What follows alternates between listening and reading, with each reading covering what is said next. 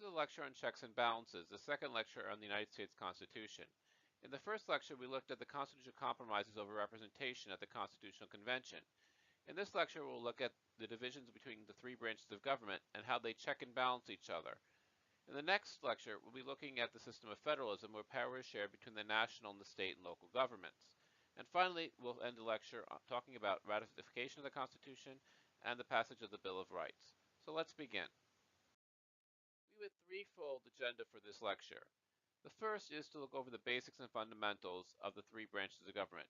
What are these three branches, and what can these three branches do to check the activities of the other branches? Secondly, we're going to make a distinction between internal checks and external checks. Internal checks means divisions inside the government, meaning the divisions between the three branches of government and how they can check and balance each other. However, there's another way to think of checks and balances, and those are external checks, which means checks that come from outside the government, particularly the competition among interest groups and the party competition among political parties, and how that balances, let's say, the activities of government. The main concern of the founders was how to prevent tyranny, and it's not clear that these internal checks actually do prevent tyranny, but the external checks might actually do a better job. And so the argument of this lecture is that these external checks are much more important in understanding our government than the internal checks. And finally, we're going to look at the Madisonian dilemma, which is how does a democracy survive?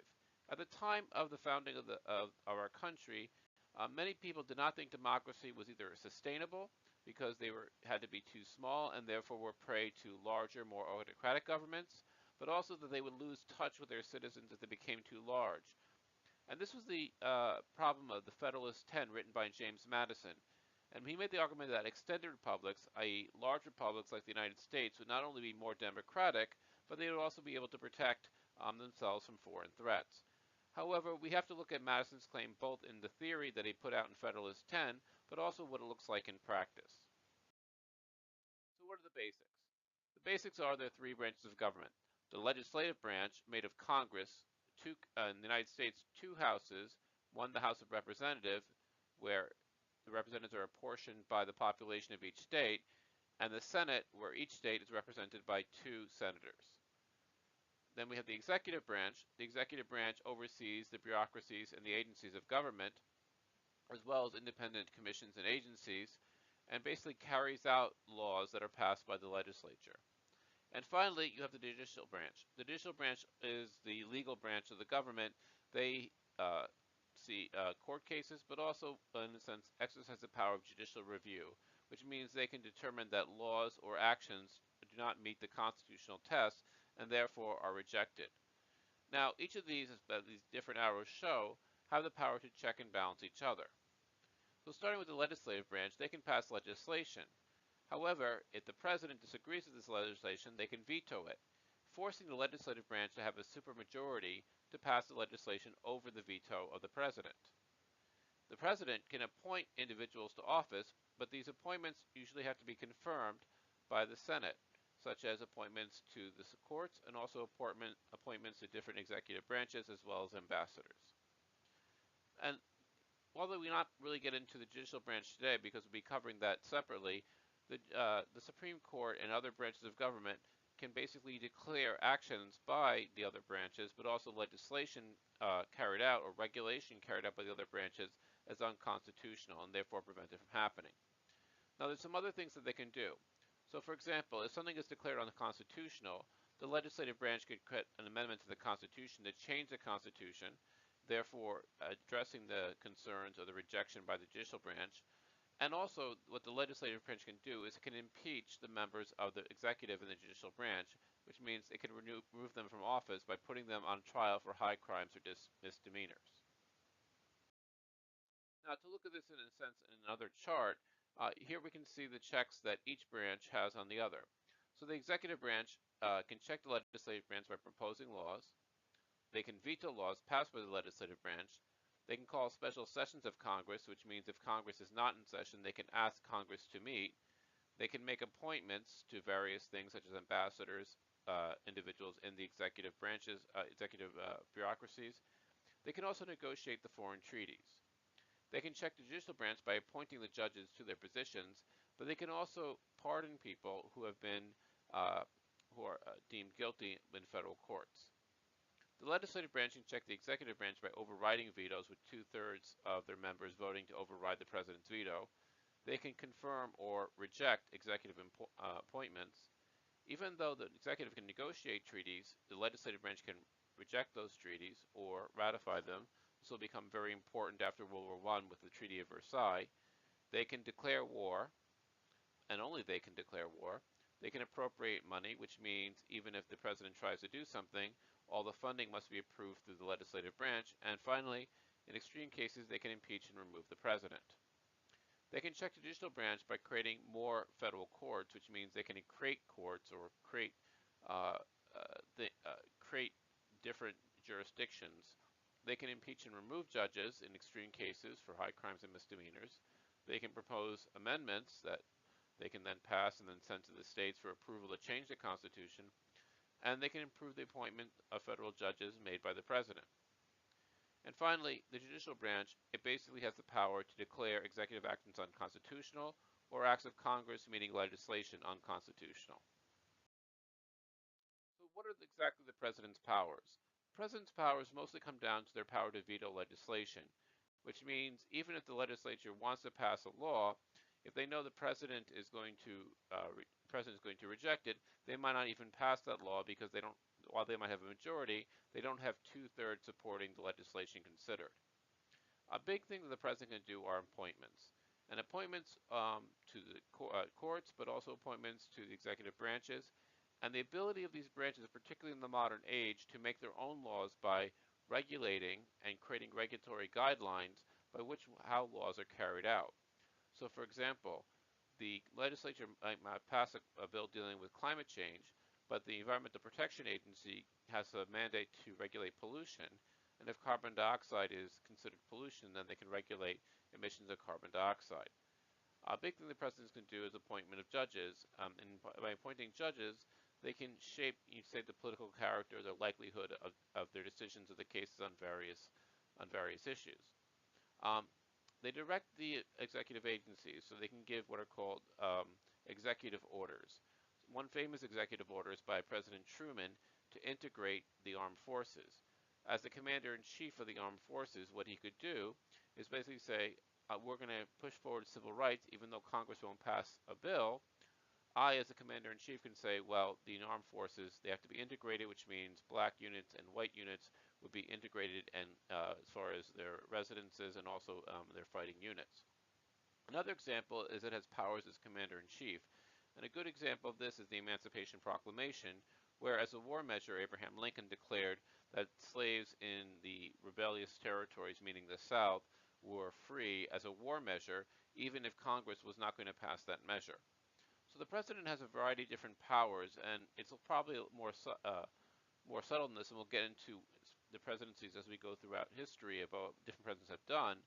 But in the Constitution, their ability is to block legislation and to make appointments is really the source of the presidential power within the constitutional system. Now, Congress also has several powers, although they differ between the House and the Senate.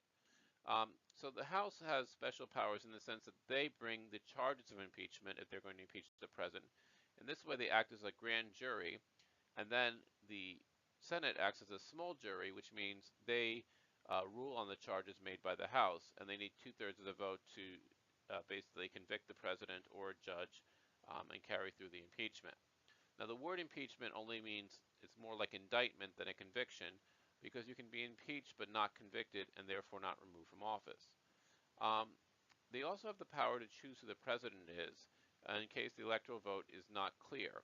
So there are times where there have been more than one candidate and no one got a majority, and then each state, there are 50 states and there are representatives from each of the 50 states. Each state casting one vote, they can decide who will be the president of the United States in case there's not a clear electoral vote majority. And they have control over any type of spending, and all revenue bills start in the House.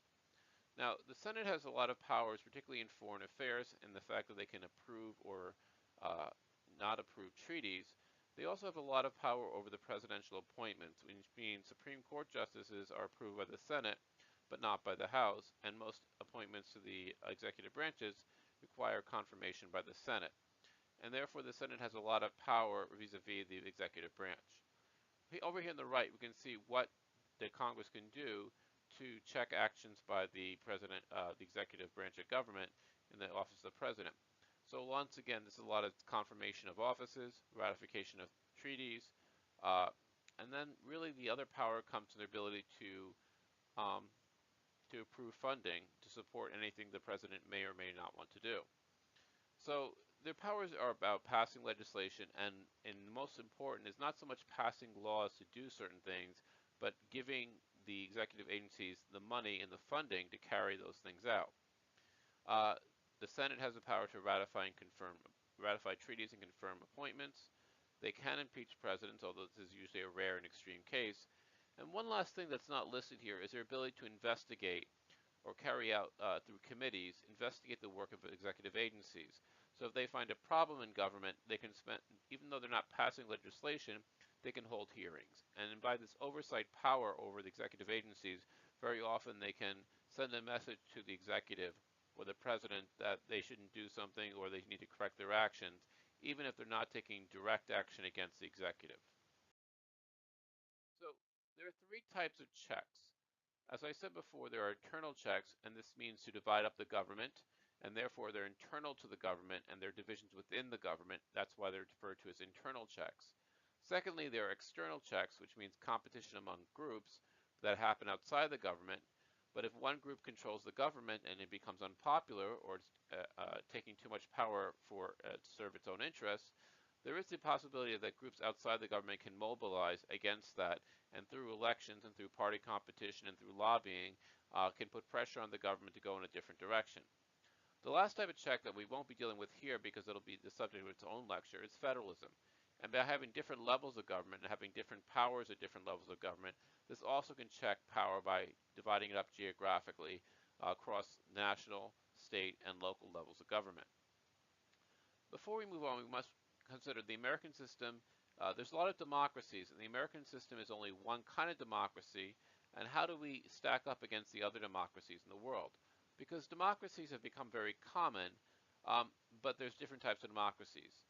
So James Madison discussed internal checks in the 51st essay in the Federalist Papers, and this was that to bring checks and balances by separation of power.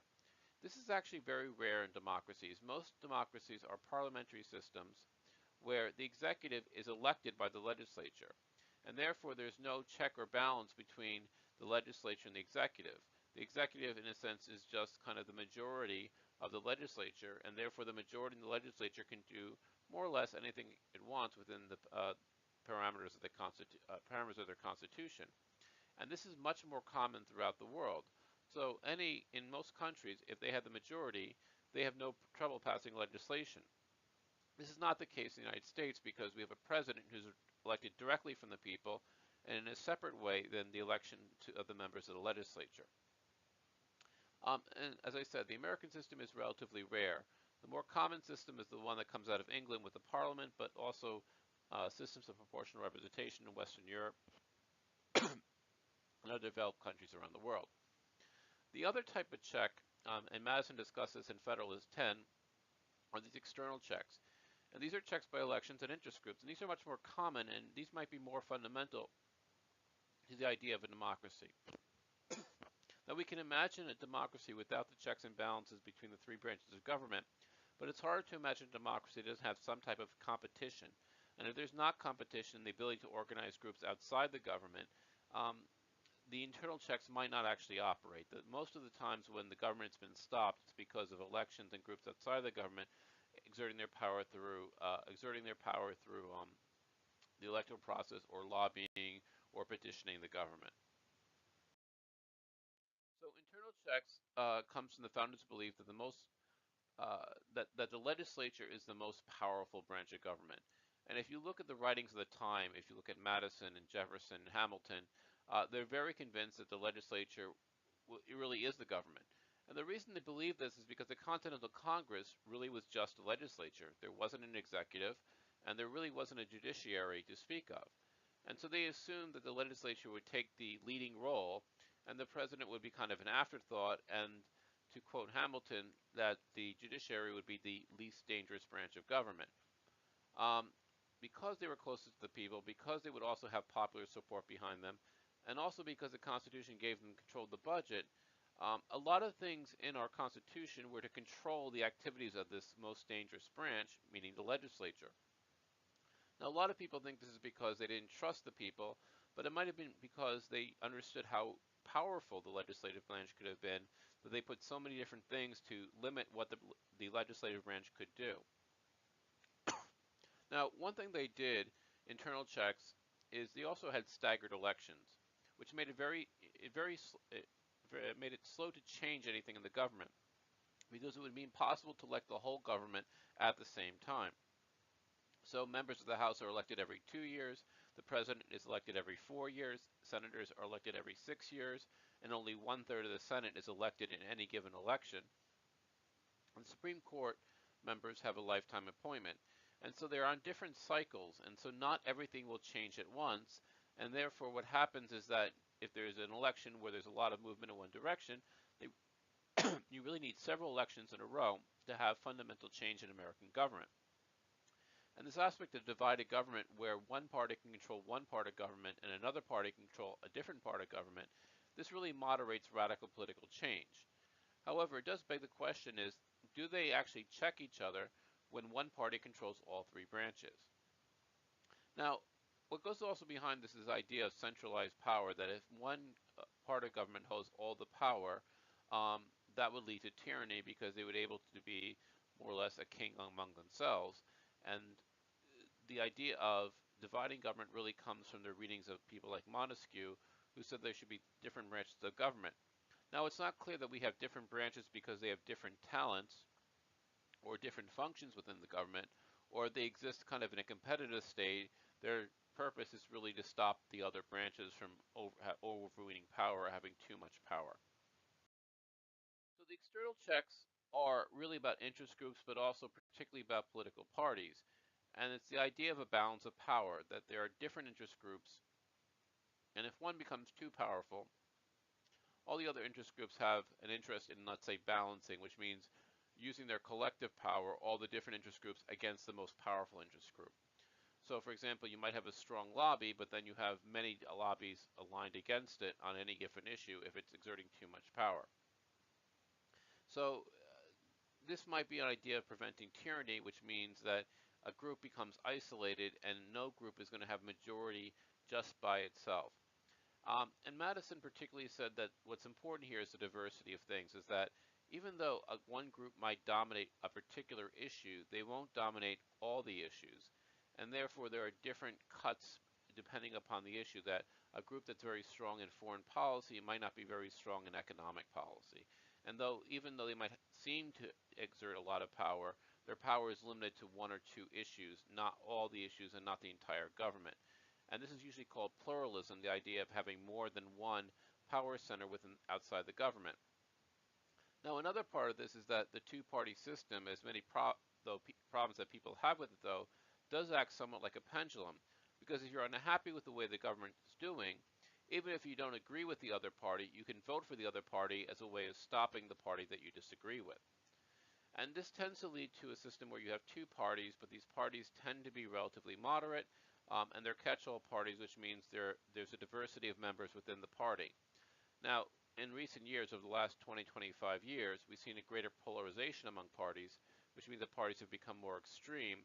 But for a good part of the 20th century, these parties were relatively moderate, centrist parties, and a lot of that was dictated by, um, um, you know, the elections and interest groups outside the party and the divisions within the party, forcing them to be more moderate. And these are how external checks, that these groups basically, for example, if FDR, wants to add extra justices in the court packing in 1937, and the Congress and legislature is willing to go along with him, it was really public opinion and popular disapproval that stopped him from doing that, rather than, let's say, an internal check or some other branch of government saying, no, you can't do this, Mr. President. So what we have in our country is what's called a presidential democracy. In most parts of the world, democracies fuse, which means the executive and the legislature act in a parliamentary system. And so the executive is the prime minister, which means the leader of the majority of the legislature, and therefore becomes executive. And you can see here is a map of the world of the places that have presidential democracies and those that have parliamentary democracies. So the blue areas on the map are those that have presidential democracies, which includes the United States and most of Latin America. In addition to those, the Western Hemisphere, you also see presidential democracies in sub-Saharan Africa, particularly West Africa and East Africa, and then also in Central Asia. And in East Asia, you have also presidential democracies in the Philippines and Indonesia. Now, a short history of political history of these countries, you would know that very few of these countries are stable. They're plagued by coups d'etats, very often very corrupt government. And part of this is because when you have a presidential democracy, it's a winner-take-all system. There's a lot of conflict over controlling the government because with 50% of the votes from the public, you get the entire presidency, which means you have a lot of unhappy people, and therefore their ability to overthrow the government or be displeased with government or a military takeover government becomes much more likely. The red areas on the map indicate those areas that are parliamentary democracies. And for example, Western Europe, Canada, Australia, and the orange areas which have proportional representation systems which are very similar. So where do these ideas about government come from? And we're going to go back to the ancient Greeks to consider some of the basic building blocks of how does a government get put together. And like most things, we're going to look at Plato and Aristotle. The fundamental thing about Plato is that he always thought in groups of three. And so he had a system where there are three kinds of government. So we had government of thinkers, which you might think of as the brains of the system. And these are philosopher kings, and their claim on running the government is that they're just smarter than everyone else. And because they're smarter than everyone else, they're going to come up with better policies. So even though they're not everyone and they're not representative, we defer to them because of their superior intellect or their superior skill and talent in running government. We can have a government of soldiers, or the heart, representing courage, the guardian class. And sometimes this is a king, and what you get from that is courage and decisiveness. So even though they might not be the smartest people on the road, even though they might be representative, they have kind of a will to power. And that will is important when you have to make tough decisions, such as whether to go to war or not, and things of that sort. And finally, you have government of the people, and sometimes Plato would refer to this as the stomach because of the appetites. And just like our stomach, it can be fussy, it can be demanding, but it kind of indicates, is a good indicator of what we want. And this is more of what you might call a democracy, which is a government by the people. So in Plato's thinking about this is each of these parts, different things of government, have a different role and talent, just in the same way the different parts of the body have different roles within the body. You can't be all brain, all heart, or all stomach. And Plato kind of urged that we need to give each of them a role in government. However, he didn't trust the people, so he said even though each part of the body and each kind of government has a place, we should put ultimate control in the philosopher kings, because Plato tended to be very suspicious of the people and not the biggest democrat among the ancient thinkers. In contrast, Aristotle thought in pairs, and that there are pairs of things. There's a good side and a bad side. And in most cases, he would say, try to find the golden balance between the extremes. And I'm not sure that he's asking for a balance, but he's saying that if you balance things, you'll get, let's say, the better version of these different types of government. So like Plato, he has three types of government, but they're more defined not so much by function, by how many people are included in the government. So you have a government of one, a government of the few, and a government of the many.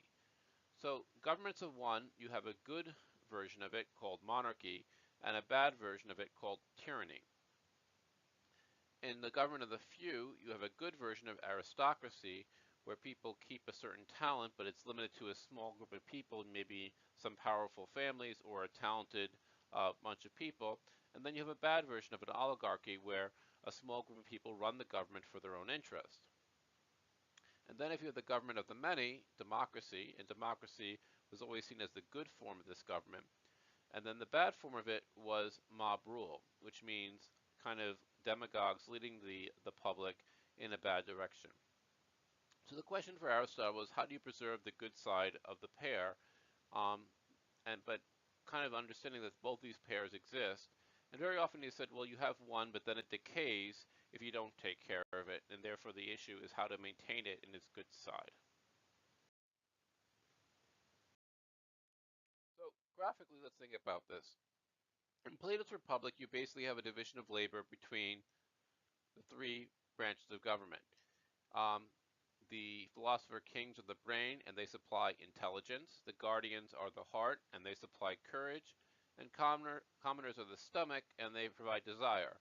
And the key thing to look at this is that it's a division of labor, which means they have different functions. They're not necessarily checking each other. They're not saying the brain stops the stomach, or the brain stops the heart, or the heart stops the stomach, etc. Is that it's like an organism. There are different functions of the different parts and the different organs and different branches of government.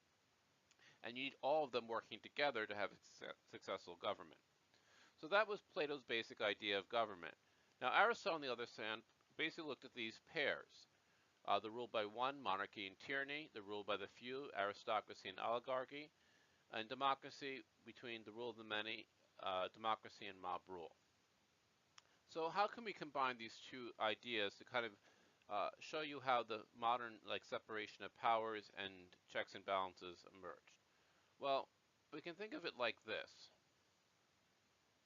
that the rule of the few is really similar to Plato's philosopher kings. The few are a talented bunch of people, and essentially they preside the intelligence of the system. The king or monarchy is very similar to the guardians, the people who have will and courage that in a sense represent the government, particularly in hard and trying times. And then the commoners are represented by the democratic part of the government. So what we have here, though, is still Aristotle's problem that you have two types here.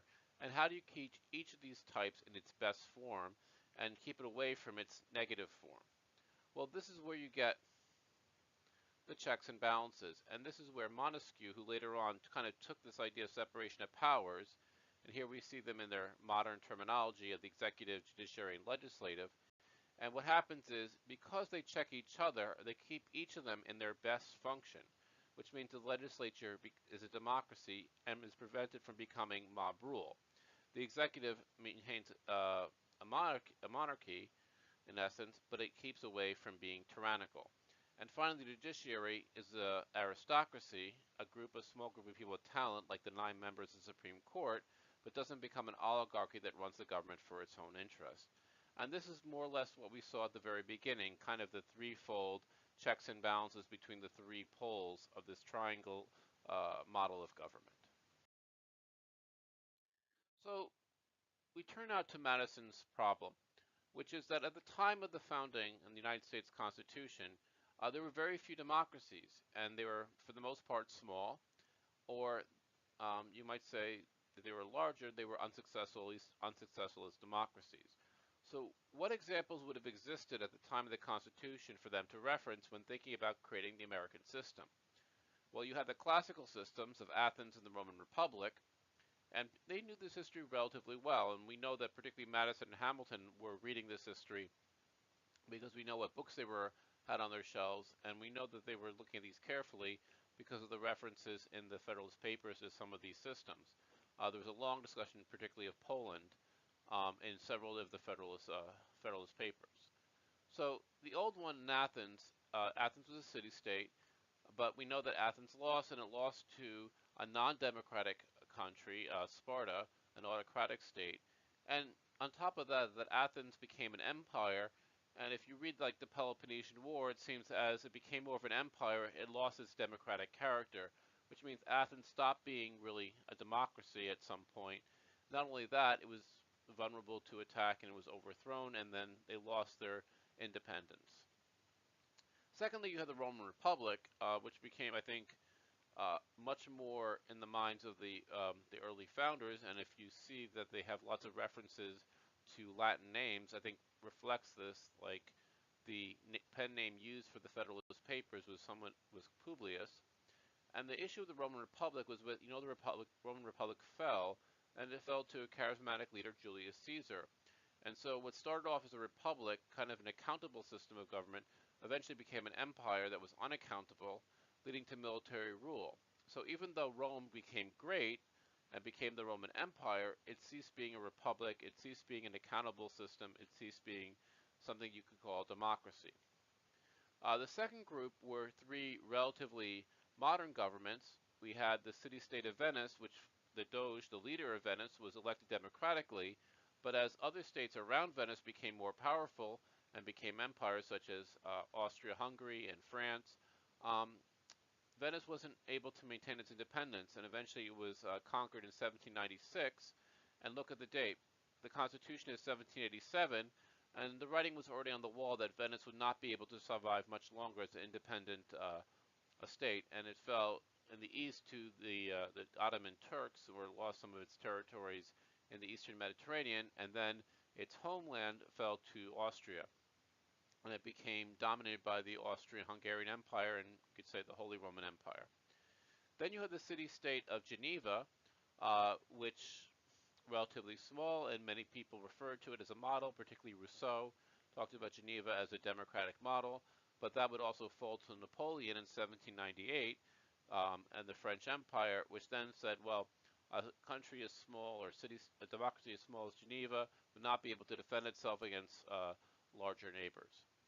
And the one that I think was probably directly in their mind, partly because it was the major events in Europe at the time, but also because many Poles served in the Revolutionary Army,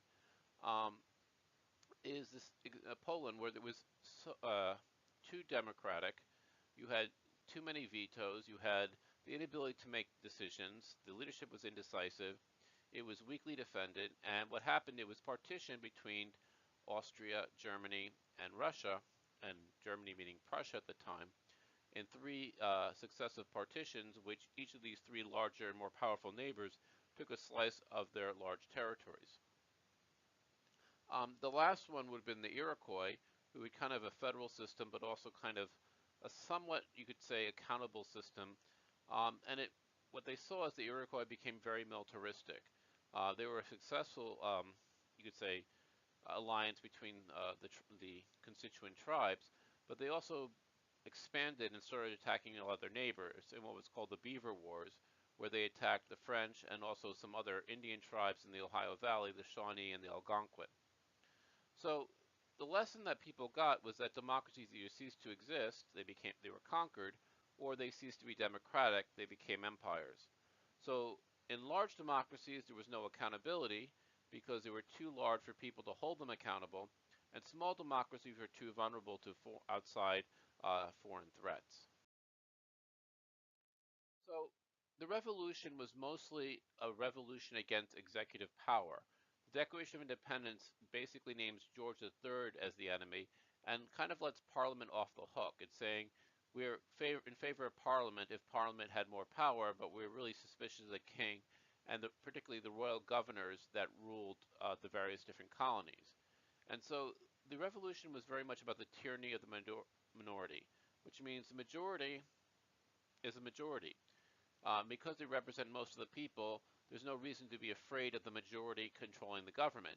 The problem was a tyranny of the minority where a small group, meaning the king and the king's representatives, would have a huge say in the governmental decisions.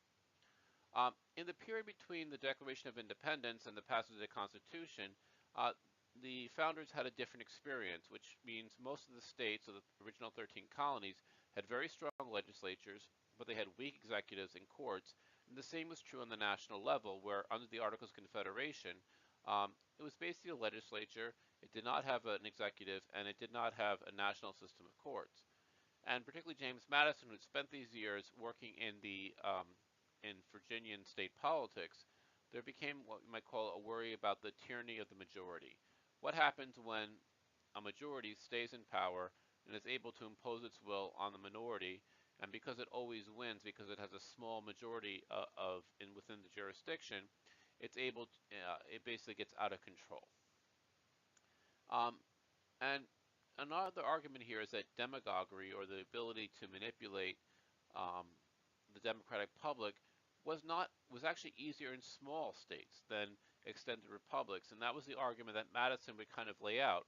That if you have a small state, and you might think of this in terms of civil rights, that the national government was much better on civil rights than, let's say, southern states that often oppressed its own citizens, because being smaller, uh, being smaller, you didn't need as many people to become the majority, and there was also not as much diversity in these smaller states. So some contemporary examples to the founders would have been Rhode Island. Rhode Island, one of the smallest states.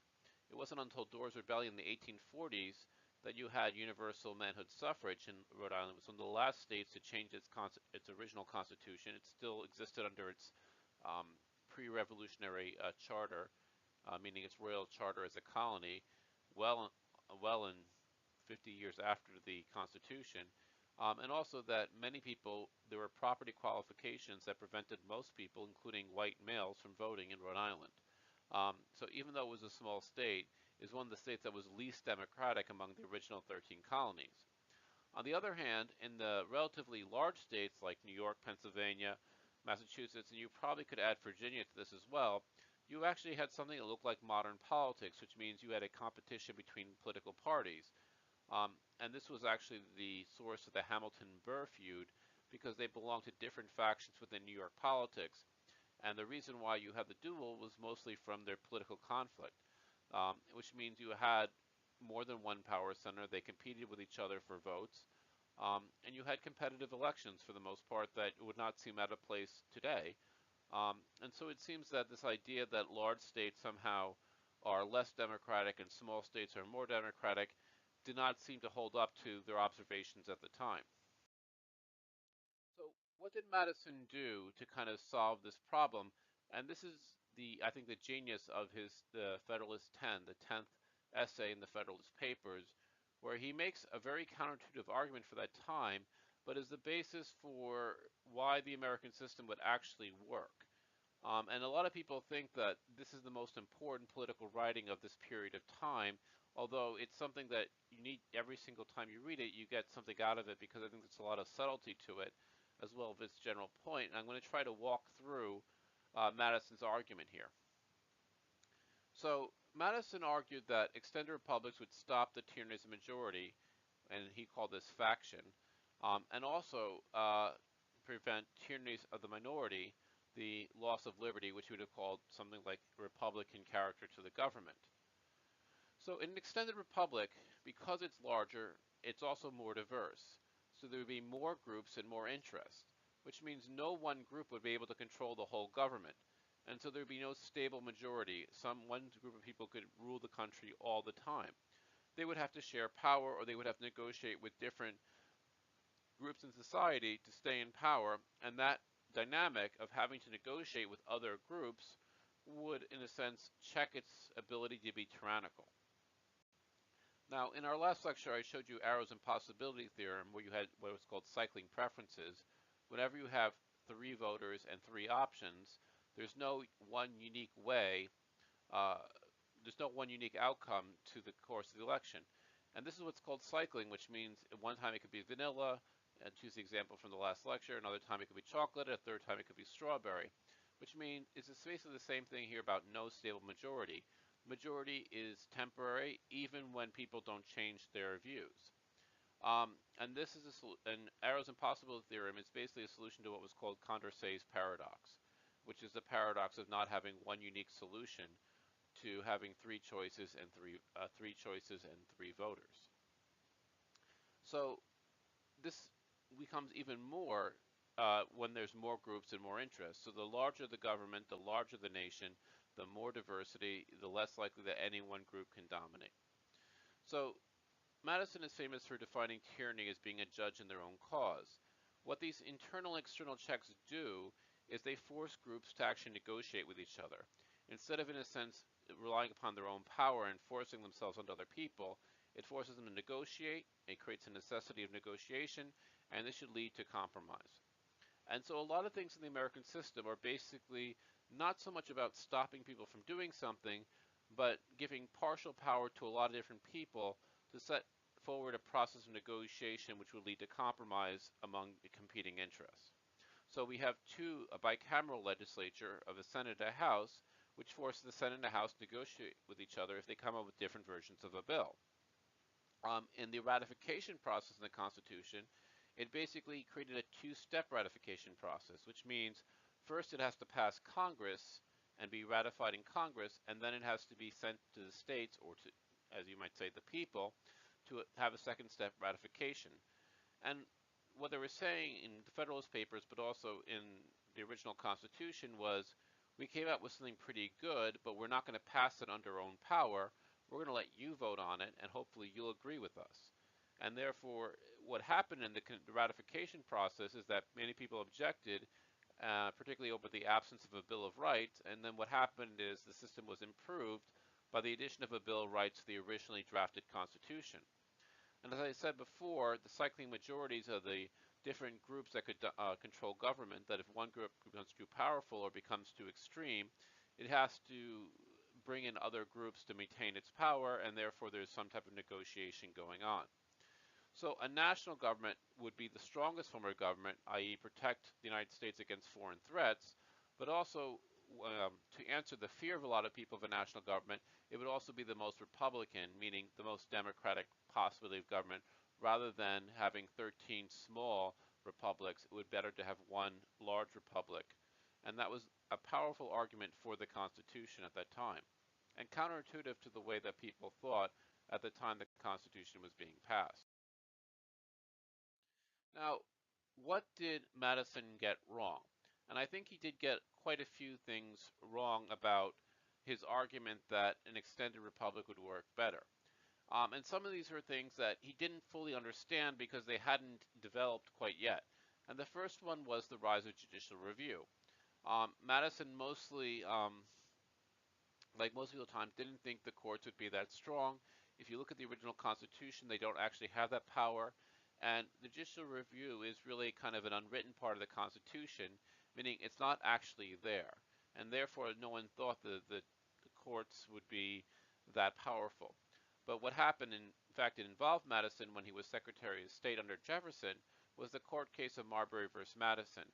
And Madison actually won this case, but then John Marshall, the Chief Justice of the Supreme Court, basically established the idea of judicial review, which allowed the judicial branch to have a lot of power, and this would enable it to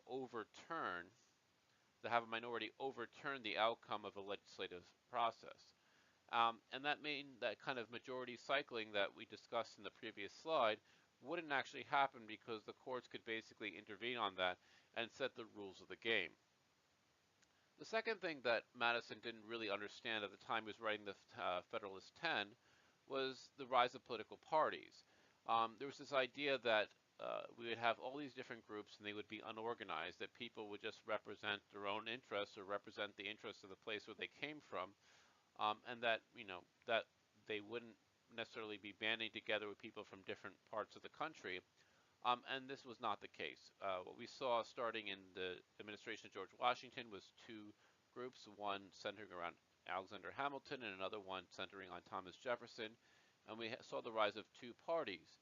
And this means there would be no cycling of majorities, and a lot of things about having the electoral rules of a two-party system come from how people vote, that having a presidency and having geographical what are called single-member districts means that you get a two-party system, and it's very hard for any other group to kind of get to the center of power. So even though you might have interest groups out there lobbying and competing within parties, you still would have kind of a cartel of these two parties controlling the political system. Now, a lot of people criticize the two-party system, but what it does do, and Madison didn't anticipate that these parties would prevent these cycling because it would turn a three-pronged choice into a two-pronged choice, and then what I showed you in the last thing about Arrow's impossibility theorem wouldn't actually happen. So what you get is more of a pendulum versus a cycle dynamic. You don't get a lot of different groups. You just get kind of a pendulum dynamic between one party, meaning Republicans, and another party, meaning Democrats, and what are sometimes called red versus blue states. So you might think of this in terms of the idea of a balance of power, and the alliances you might see, such as in World War I.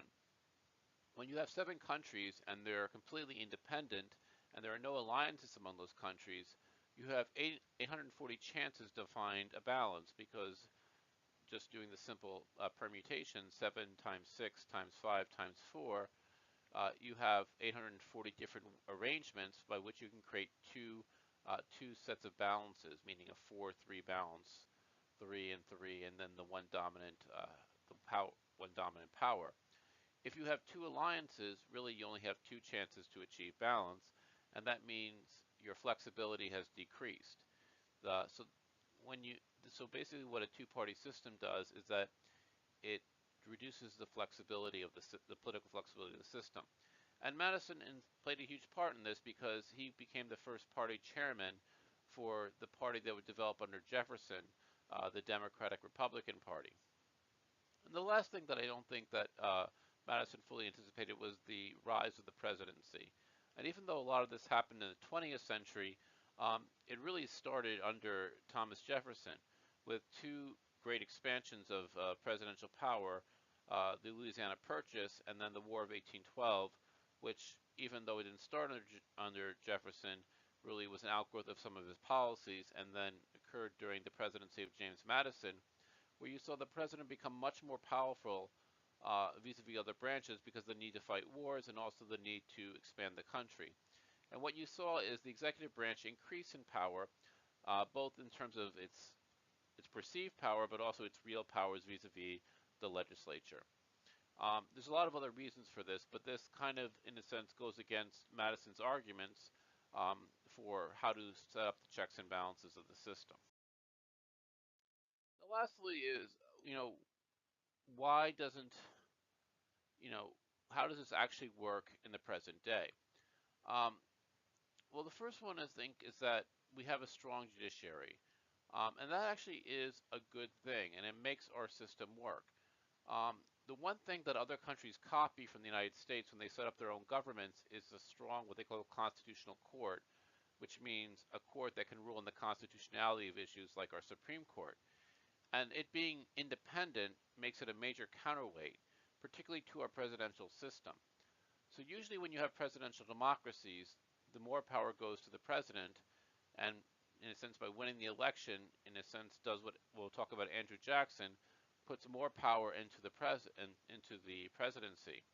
And partly because of what happened in our system is that the Supreme Court was controlled by one party, the Federalist Party, and the president and the legislature controlled by the followers of Jefferson and the Democratic Republican Party.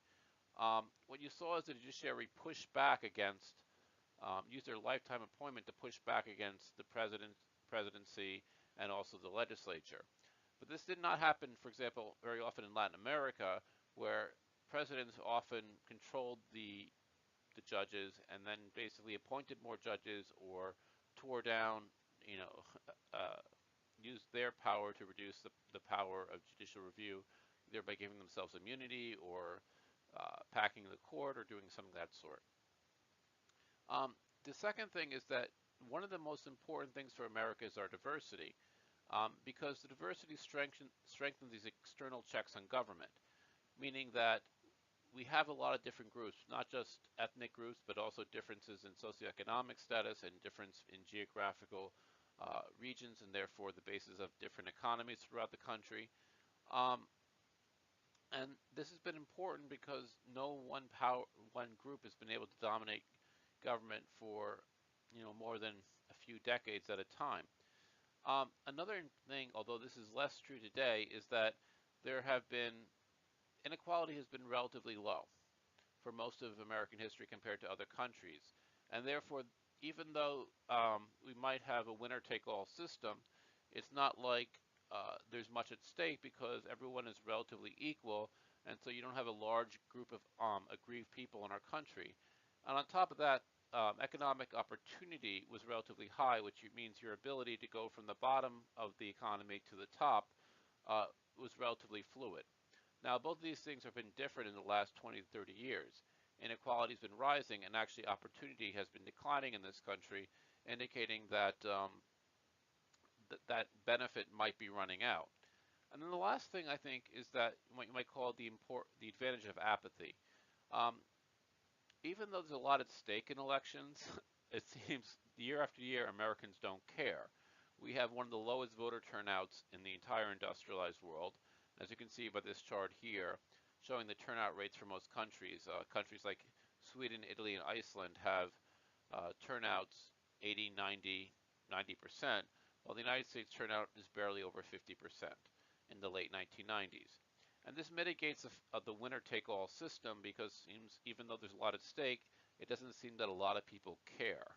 And therefore, you don't get these really razor-sharp elections. Now, this has changed in the last, you know, 10 to 15 years, but it did lead to kind of a system why a very close election like in 2000 between Bush versus Gore, there wasn't like an overthrow of the system. You didn't have one group basically saying, this isn't right, we're not going to abide by the result of this election. We've had a good tradition of the losers in America accepting the outcome of elections and not, in a sense, going to the barricades or staging a military revolt. Now, just one other thing to show you kind of the low voter turnout that we've had in the United States. This blue line shows you the voter turnout from 1960 to the mid-2000s. And even though Japan is lower at the end, the United States has always had one of the lowest turnouts among the developed countries of the world. And so lower than England, lower than Germany, lower than India, and lower, for the most part, than Japan. And that means that Americans maybe should care, but they don't. And because we don't, the election is not as acrimonious as it could be. However, in recent things, and particularly the current election in 2016, you're seeing what happens when people care about the election. You're seeing a lot more anger. You're seeing differences being much more acute. And you see a lot more divisive character to government and character in the public discussion of public issues. And so even though the American system generally has not, the presidential democracy has been an unstable system throughout the world, and the United States has been kind of the exception to that. And that might be because of unique circumstances in the United States, but those might not continue that much longer, or we need to reevaluate the robustness of the American system. So I'm going to stop here, and we'll talk next time about the system of federalism.